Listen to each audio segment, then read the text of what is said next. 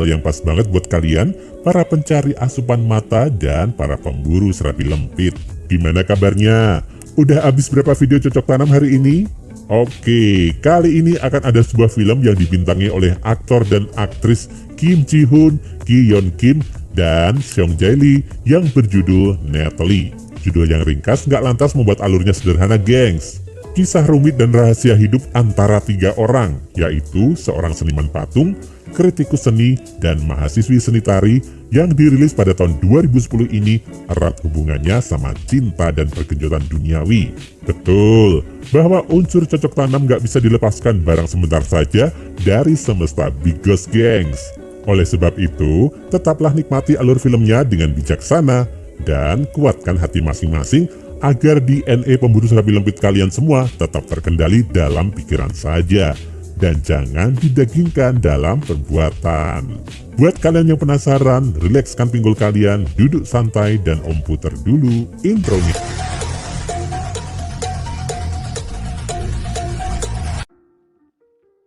Di awal film kita akan diperkenalkan dengan seorang seniman pahat patung yang serentak menjabat sebagai dosen terkenal di kota itu, bernama Wang.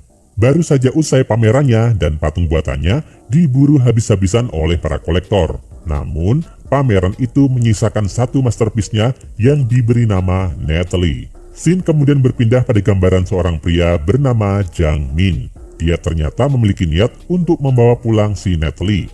Usahanya menemui jalan buntu. Sekretaris Wang yang bernama Yorin mengatakan pada Jang Min bahwa mahakarya itu nggak diperjualbelikan. Namun, karena sangat amat berminat terhadap Natalie, Jang Min bersikap bodoh amat dan tetap berusaha menemui Wang untuk mendapatkan Natalie. Singkat cerita, Jang Min sampai ke kediaman Pak Wang dan ia mengaku tertarik untuk ngobrol-ngobrol. Ketika ia mengatakan bahwa ia pernah masuk ke kelas dosen Wang, suasana menjadi cair. Percakapan ngalor ngidul ditemani sedikit minuman yang bikin gereng sampai pada puncaknya ketika Jang Min menanyakan siapakah model wanita di balik patung Natalie. Wang merasa terusik dan mulai curiga apa sebenarnya inti dari segala inti dan tujuan Jang Min datang ke tempatnya ini. Jang Min lalu mengatakan pada Wang bahwa berapapun harganya dia akan membayar Natalie untuk bisa dibawa pulang. Dalam keadaan itu pula Yorin kembali masuk sambil marah-marah dan mengatakan bahwa nggak usahlah Jang Min kepo soal Natalie itu. Ketika Yorin marah dan mendorong patung Natalie, Jang Min menangkapnya. Dan ketika Natalie ada dalam pelukan Jang Min, Pak Wang mulai cerita tentang sosok Natalie yang dicintainya. Waktu akan diputar ke belakang belasan tahun lalu ketika Wang mengerjakan karya patungnya. Yorin memang salah satu model, tapi Natalie punya cerita tersendiri. Dalam kebingungan yang memuncak, Wang melihat seorang mahasiswi seni tari yang amat cantik bernama Oh Mi-ran. Kita panggil saja Ran. Wang begitu terkesima dengan Ran yang begitu luas serta anggun dalam menjiwai setiap gerakan tari. Lama-kelamaan, karena sering bertemu juga di pelajaran seni patung di kelasnya, Wang semakin tertarik pada Ran yang gak cuma cantik tapi juga menggoda sukmanya. Pernah suatu ketika, semacam kode gitu, Ran meminta tanda tangan dari Wang untuk disimpan karena Ran pun mengagumi dosanya itu. Bentar, sebagai pemburu serabi lempit yang cerdas dan tanggap, kalian membaca kode-kode Ran pada Wang sebagai apa coba? Nah, jawab di kolom komentar ya. Apakah Ran ingin mengajak Wang berkarya patung dan tari bersama? Atau minta cocotan? Pokoknya itulah ya. Selang beberapa hari, Wang mengundang Ran ke rumahnya. Ia meminta tolong Ran untuk menjadi model patungnya, dan Ran pun setuju.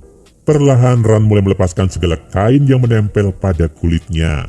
Dan Wang dengan tegang-tegang tapi senang, mulai membentuk tanah liat menjadi citraan Ran. Diceritakan, Wang menyelesaikan garapannya dan ganti menggarap hal lain, yaitu cocok tanam dan pergenjotan duniawi bersama Ran. Scene kembali pada Wang yang duduk sambil menceritakan kisahnya itu, diiringi teriakan tanda ketidaksetujuan dari Jang Min. Jang Min gak percaya bahwa apa yang diceritakan itu serius. Jang Min ini punya versi yang lain dari kisah Wang. Ia sebagai salah satu mahasiswa Wang melihat bahwa Wang lah yang mesum dan memaksa Ran untuk menjadi model bugil di masa lalu. Jang Min penuh kemarahan karena merasa dosennya itu telah menghancurkan hidup dan masa depan Ran. Ocehan Jangmin disanggah oleh Hwang dengan mengatakan bahwa dia dan Ran memang mesra dan saling menyukai. Bahkan Ran pun pernah mengajak dosen Hwang untuk menikah dan memiliki banyak anak. Hanya saja Hwang menolak berkomitmen dan mending kumpul buffalo saja. Intrik-intrik macam itu yang membuat hubungan Hwang dan Ran menjadi renggang. Karya dan ide Hwang macet, sementara Ran kebingungan sebelum akhirnya pergi. Meski begitu, Ran berjanji kembali pada Hwang 10 tahun lagi, dan dengan begitu ia hilang dari peredaran. Jangmin, kawan angkatannya, mencari kemana-mana, tapi gak ada. Sampai akhirnya di sebuah taman dengan kolam indah di tengahnya, Ran menjumpai Jangmin. Ran bertanya pada Jangmin apakah Jangmin mencintainya, bahkan jika Ran punya wajah lain di hatinya. Jangmin mengatakan ya, dan mereka pun menikah. Scene kembali pada Jangmin yang masih berada bersama Hwang. Hwang mencoba menyampaikan bahwa ia kecewa pada Ran yang meninggalkannya tanpa kabar apa-apa, dan dengan dilanjut mengumpat sambil meminta Jang menyampaikan pada istrinya semua kekesalan Hwang itu. Namun mendadak semua gelap, karena Jangmin menimpali kemarahan Hwang dengan kabar Ran telah tiada. Ternyata Ran mengidap kanker yang amat parah, sehingga dia mesti melahirkan anak Jangmin dan Ran dalam kondisi yang begitu menyedihkan. Bahkan setelah anak itu lahir, Ran makin melemah sebelum akhirnya pergi dan gak pernah kembali. Dengan sedih, Jangmin tetap berusaha memberitahu Hwang bahwa Ran sebenarnya selalu ingin memenuhi janji untuk kembali. Sampai-sampai Ran menulis surat yang kemudian dibaca Jangmin, dan isinya adalah janjinya pada Hwang. Jika diberi kesempatan, ia akan selalu ingin dan rindu pada Hwang. Jatuhlah Hwang ke tanah setelah mendengar kisah itu, dan dengan segala beban dan sesak di dada, Hwang tetap setia menunggu Ran. Meski penantian itu harus dilanjutkan dalam diam, menanti sampai kehidupan yang lain. Dan film pun selesai. Gengs, gimana dengan film Letali ini? Alur dari pembuat naskahnya oke punya sih kalau menurut Om. Meski dalam perfilman sih katanya skornya nggak terlalu tinggi, tapi ide menahan kenangan dan cinta dalam sebuah patung barangkali sesuatu yang unik dan menarik. Meski tetap ada aksi tukar jigong, cocok tanam, dan pergenjotan duniawi, film Letali ini sebenarnya membawa Om pada satu pelajaran yang mengesan buat Om secara pribadi.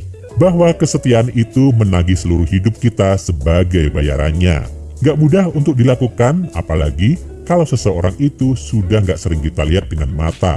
Apalagi kalau lebih dahulu pergi dari kita. Mencintai orang yang sudah pergi, entah berpulang atau sudah bersama dengan orang lain, adalah suatu kesunyian yang pedih, yang seolah gak ada untungnya juga melakukannya. Tapi barangkali kalau kita bisa tanya pada yang menjalaninya, mungkin mereka akan menjawab pada kita bahwa mereka mencintai dengan hati, bukan dengan mata. Yang gak peduli wujudnya masih ada atau gak ada dalam keseharian, tapi abadi dalam segala kenangan. Nah, itu tadi gengs alur film untuk hari ini. Bagi kalian yang ingin request film, silahkan tulis di kolom komentar ya.